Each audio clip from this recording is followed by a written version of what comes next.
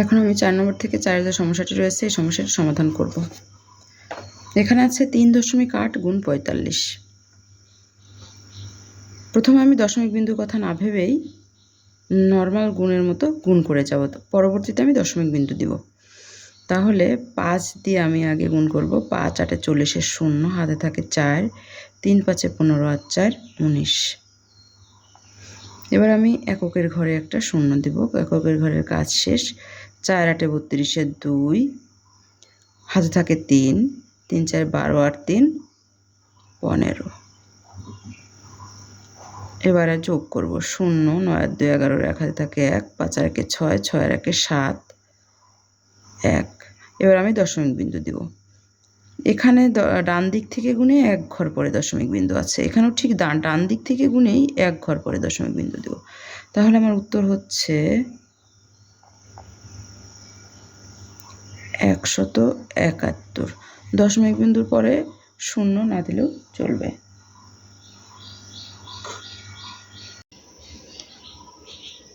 এখানে 4 নম্বরে 1 2 3 4 এই সমস্যাগুলির সমাধান যারা করতে পারবে তারা, আমি মনে করছি যে এই 5 6 7 8 9 এই সমস্যাগুলির সমাধান তোমরা করতে পারবে। এখন আমি তাহলে 10 নম্বরে যে সমস্যাটি রয়েছে এই সমস্যাটির সমাধান করব।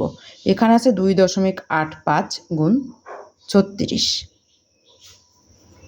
তাহলে আমি এককের ঘর দিয়ে আগে আমি গুণ করব দশমিক বিন্দুর কথা না ভেবে। 5 6 30 0, হাতে থাকে 3, 6 8 48 আর 3 51, 1 হাতে থাকে 5, 6 2 12, 12 আর 5 17। এককের ঘরের কাজ শেষ। এবার আমি এককের ঘরে একটি শূন্য দেব।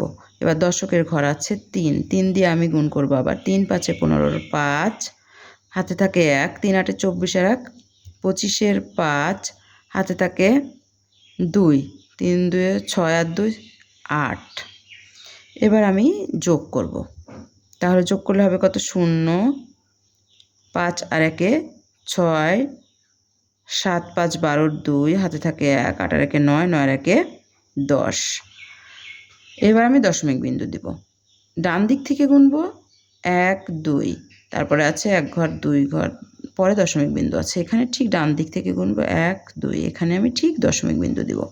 তাহলে এখানে আমার হলো উত্তর 102.6। দশমিকের পরে 6 আছে, 6-এর পরে 0 আছে, এই 0 না দিলেও চলবে। ধন্যবাদ।